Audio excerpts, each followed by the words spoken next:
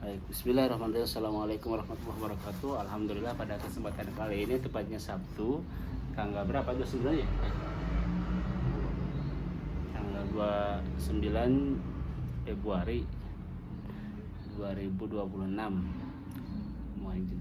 Kita di sini akan diskusi, mengaji dan belajar tajwid serta hafalan Quran. Ini salah satu Apip Ridwan Kurniadi. Apip Ridwan Kurniadi, beliau salah satu mahasiswa Telkom University of Bandung. Ya, insya Allah izin Allah, mudah-mudahan berkah untuk kita semuanya. Silahkan simak dan ikuti diskusi kami bersama Kang Apip. Baik. Pada kesempatan kali ini yang ingin Bapak bahas mengenai Ramadan ya. Tapi alhamdulillah tadi pembukaan ditanya sama Bapak itu puasa ya, rajin. Alhamdulillah. Ramadan itu adalah, coba menurut Apip, pengertian apa itu Ramadan? Apa itu Ramadan?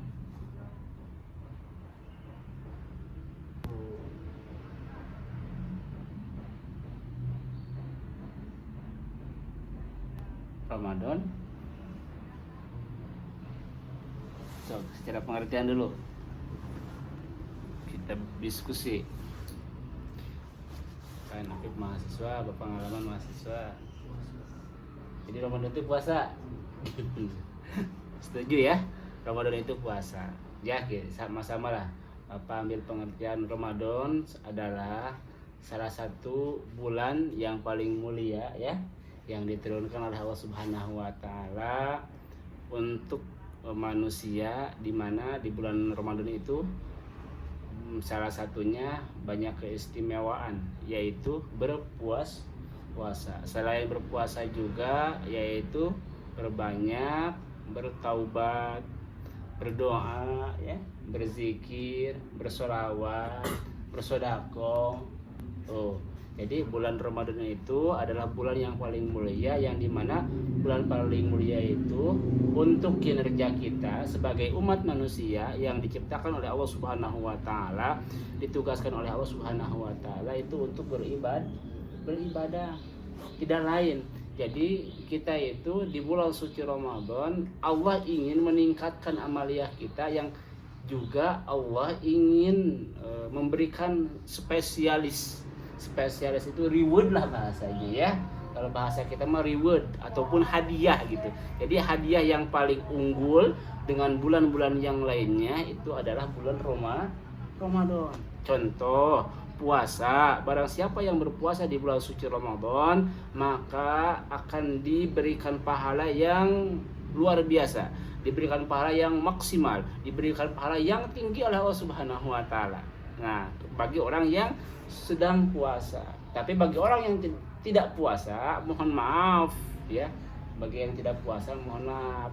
Itu berarti yang pertama dia bukan muslim. Itu. Kalau yang tidak puasa, mohon maaf. Nah, terus juga kalau dia muslim tapi tidak puasa, berarti dia apa coba?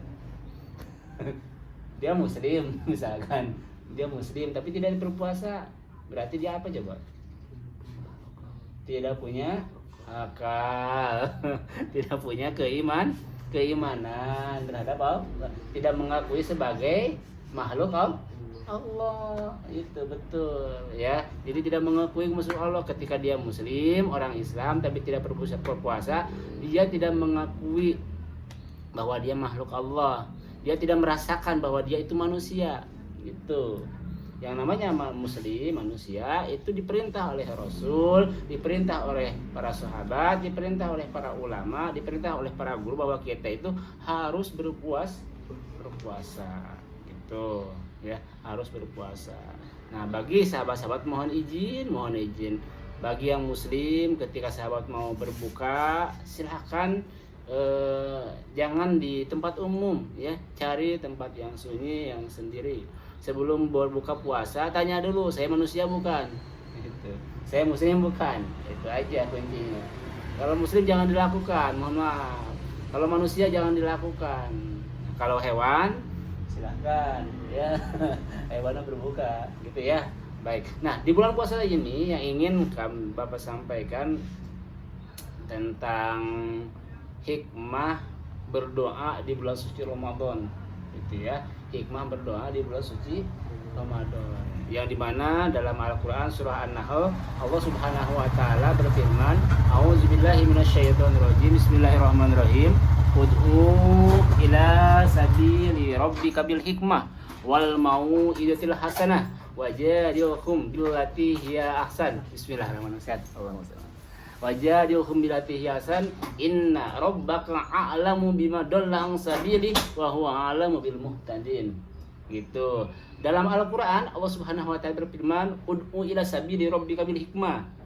Hei orang-orang yang mengerti, hei orang-orang yang paham, hei orang-orang yang alim, ajaklah mereka.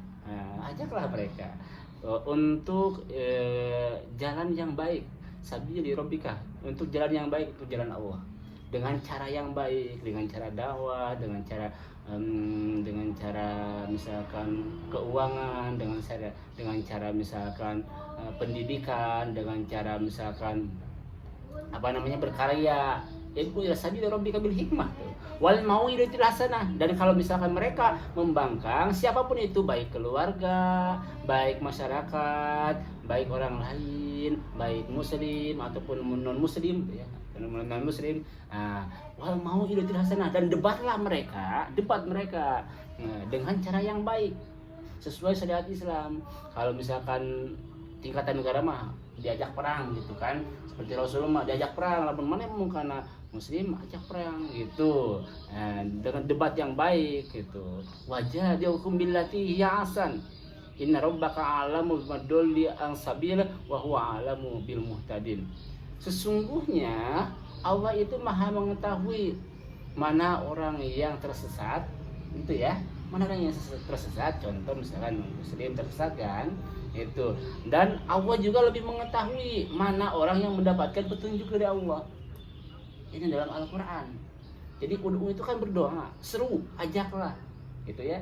Dan mengajak itu untuk apa? Untuk kita berseru juga, mengadu juga kepada Allah gitu. Mengadu kepada Allah, berdoa. Kan kita berdoa kepada Allah itu yang pertama itu komunikasi. Selain komunikasi itu kita apa coba? Meminta dengan ruhani kita, dengan secara yakin kita, ya Allah, kami memohon kepadamu, bantulah saya ini Api misalkan untuk bisa lulus di kampus, untuk bisa sukses kuliah, untuk bisa hasil maksimal, untuk bisa mendapatkan IP 4,00 gitu kan, IPK-nya jadi semuka mulut gitu kan, IPK-nya misalkan yang tinggi, ya Allah berikan kami. Nah, itu kan berdoa. Nah, kata Allah, iya sih siap saya misalkan terima doamu, tapi kamu juga harus berusaha. Tidak cukup kita berdoa tapi tanpa berusaha. Kita pertama berdoa kepada Allah Subhanahu wa taala, selanjutnya kita bekerja keras. Itu. Dengan adanya doa, Allah nanti akan memberikan kekuatan kepada diri kita. Silakan, saya terima doa kamu. Silahkan maksimalkan belajar, maksimalkan ikhtiar, maksimalkan perjuangan, gitu kan? Tanpa ikhtiar, tanpa berjuang bisa berhasil enggak? Segala bentuk apapun tanpa ikhtiar, tanpa berusaha, tanpa berdoa akan berhasil enggak? Kata Roma, doa itu akan membawakan perubahan dengan doa, itu kata Roma. Kalau kata ulama, doa itu ad-du'a'u silahul mu'minin. Gitu kata para ulama. Jadi doa itu adalah senjata bagi orang-orang muslim seperti kita ya, senjata. Artinya gini, ketika kita misalkan mendapatkan sesuatu kurang musibah, berdoalah di sana, insyaallah akan menjadi kekuatan, keberhasilan. Ketika senjata itu kan ibaratnya akan mengalahkan kemalasan, akan mengalahkan ketidakmungkinan, akan mengalahkan ketidakberhasilan. Jadi dengan doa itu akan dihapus, akan ditembak lah bahasanya ya. Tidak berhasil ditembak, lemas kita ditembak gitu. Jadi dengan itu makanya disebutkannya senjata. Doa usilahul mukminin. Itu menurut para ulama. Nah, dawuh Pak Rasulullah sallallahu alaihi wasallam, an Abi Hurairah radhiyallahu anhu qala Rasulullah sallallahu alaihi wasallam, salasu dakwat salasun la turadi dakwatuhum. Al awwalu as-shaimu hatta al-futur, asani al-imamul adil, asalis yaitu asalis. Jadi yang pertama itu orang yang tidak akan ditolak doanya oleh Allah Subhanahu wa taala. Yang pertama yaitu as-shaim. As-shaim itu orang yang berpuasa. Jadi ketika kita berpuasa, dawuh Rasul ini ya, dawuh Rasul, ketika kita berpuasa itu tidak akan ditolak oleh Allah Subhanahu wa taala. Jadi ketika kita berdoa teh pasti yakin diterima oleh Allah. Kenapa? Karena kita sedang berjuang untuk menegakkan agama Allah. Perut kita sedang diuji nih. Diuji, haus kita sedang diuji, lapar kita sedang diuji. Lapar misalkan dengan makanan, haus dengan minuman diuji. Nah, insya Allah itu akan dikabulkan. Nah, ini Rasulullah yang bilang dalam sebuah hadis Abu Hurairah. Yang kedua yaitu al-imamul adil, para ulama yang adil, para pemimpin yang adil, pejabat juga yang adil. Nggak hanya para ulama, imamul adil itu pemerintah juga yang adil, presiden juga yang adil, gubernur yang adil, kayak gitu. Jadi ketika gubernur berdoa kepada Allah, misalnya ketika imam berdoa kepada Allah, maka dengan izin Allah doanya itu akan diterima, akan masuk, dan yakin itu akan dikabulkan. Makanya kenapa akan dikabulkan? Karena seorang pemimpin itu menanggung resiko yang sangat berat, benar gak?